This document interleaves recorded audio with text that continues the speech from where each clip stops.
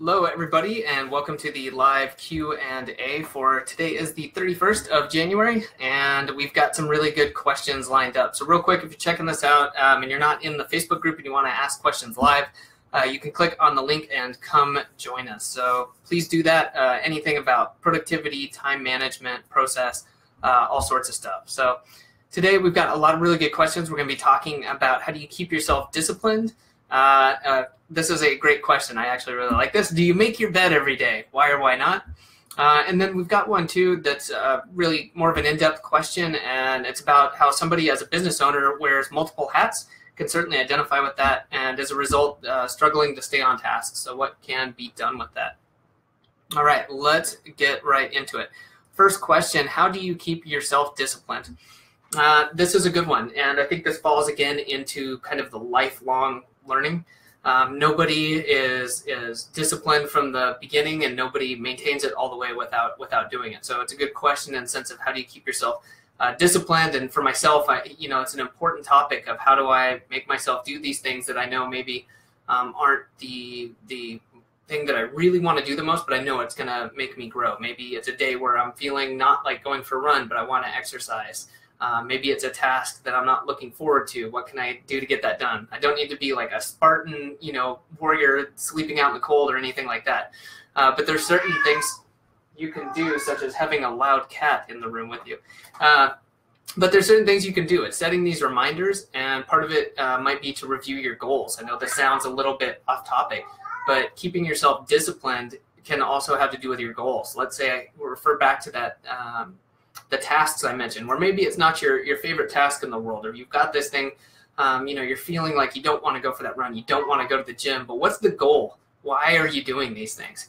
And I find that helps me stay focused. I know that building my business depends on doing some of these tasks. I understand that maintaining a level of fitness requires me to exercise and eat healthy and make these decisions from time to time that, hey, maybe I don't want that candy bar right now. I'll grab an apple, and maybe this weekend, I'll have a sliced pizza or something. And so those are fairly simplistic ways, but I think that's a really good way to approach it. And then you can certainly work on your willpower and how you do that. I firmly believe that everyone's got a certain set amount of willpower. I don't think it's a numerical value or anything, but, eventually, you have a hard time maintaining that willpower and saying no. So it's finding out what your goals are, what your daily tasks are fit into that, and then your discipline will come out of that. So good question. Let's see, the next question for today. That's right. Do you make your bed every day? Why or why not? This is very good. If my wife is watching this, she may comment on this later, so we'll see. I would say that I do. And when I lived alone years and years ago before we met, I definitely made my bed every day. I found that it was part of like a morning routine, although at that time I hadn't really formalized it as being part of that. But I liked that, I could do it. It was very quick. I didn't do like the military tuck and, bounce a quarter off it or anything, but it helped. And then at night, it was nice to come in and things are organized instead of coming in at maybe after work or at the end of the day and just feeling like things were, disheveled or disorganized. So yes, I do. And now it's simple. Again, like I said, I'm not one of those people who's like, making the square corners or anything like that, but, pulling up the sheets, pulling up the comforter, putting the pillows back. And it takes me literally maybe 10 seconds, and then, it's just ready to go. And it's nice to get into a bed that's made. That's how I feel. And then, like I said, too, it's the routine. It just provides that what I want, the goal of having an organized house. That's one part of it, and it takes just a couple seconds. So, yes, I make my bed in the morning. Okay, and the last question we're going to spend some time on today is about being a business owner and wearing multiple hats and really struggling to stay on task. All right, I think that this one is really interesting, and especially as an online entrepreneur, business owner, whatever you are, you don't have to obviously be online. A lot of small business owners and anyone who works in a business understands this, is you have to wear multiple hats. Maybe you're an engineer, but sometimes you have to deal with sales, or you have to deal with some sort of accounting or anything like that. It really does tend to come up. And I think that this falls back to having your priorities laid out. And I use that word on purpose. I think that sitting down and having that daily review where you look at your tasks, you gather all your data in, you get your sticky notes, you get your journal, you get whatever you have, all right, and you get all that together.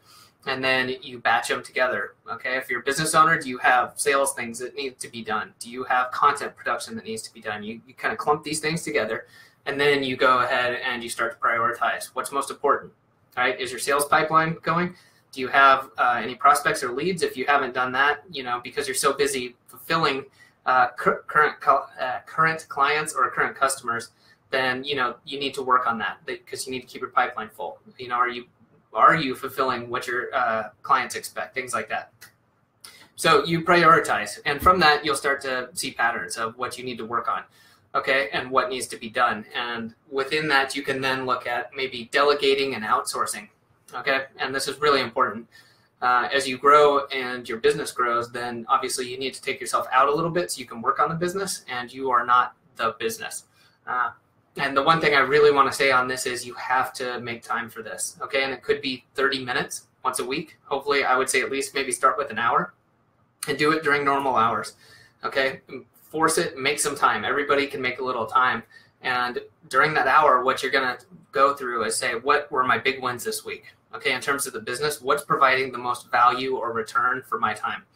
Is it writing the content? Is it making sales calls? Is it working with employees to further their education and understanding about the business? Whatever it is.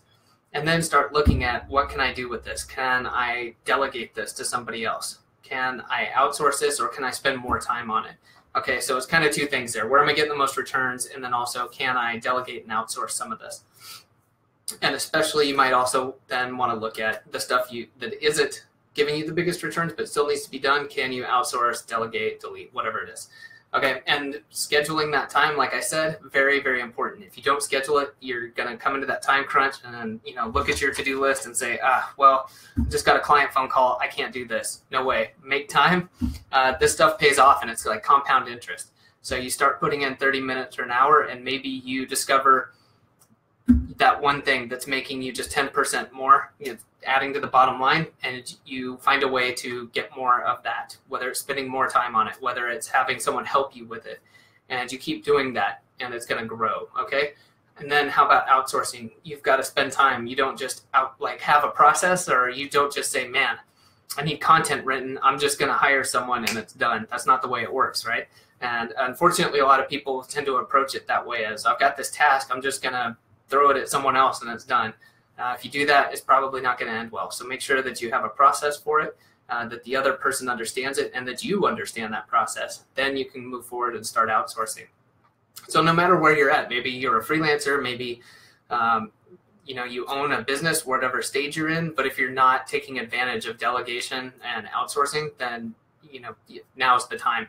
And maybe you could hire somebody for $5, $10, $15, $20, $30 an hour, and just give them 1 or 2 hours worth of work, and then see obviously how they perform and start to do more and more of that. Give them a very specialized task, explain it to them, make sure you understand it, there's a specific goal, and then keep moving on that. So this topic is obviously a very big one, feeling frustrated as a owner of a business or somebody running a business, and how you're able to maintain all of these areas. But I think it all starts again with that daily review and starting to prioritize, batch your tasks, and move forward from that. And then incorporating a weekly at a start time to look at, what are your big wins? How can you delegate? How can you outsource? Okay.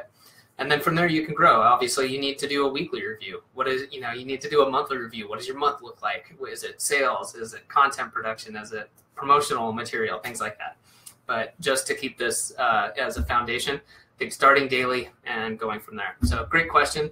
I think we could dive into each of those topics separately at some points. If you have questions about that, feel free to let me know. Obviously, I talk about the daily review process a lot, but then going into, automation, delegation, and deleting, kind of the ADD. I guess maybe that's the acronym I'll use. But using that time, what I would call like a strategic time, to take care of these things where you can start offloading and start maximizing your big wins. So hopefully that's helpful to you. I'm going to check real quick to see if we have any other questions and grab some water.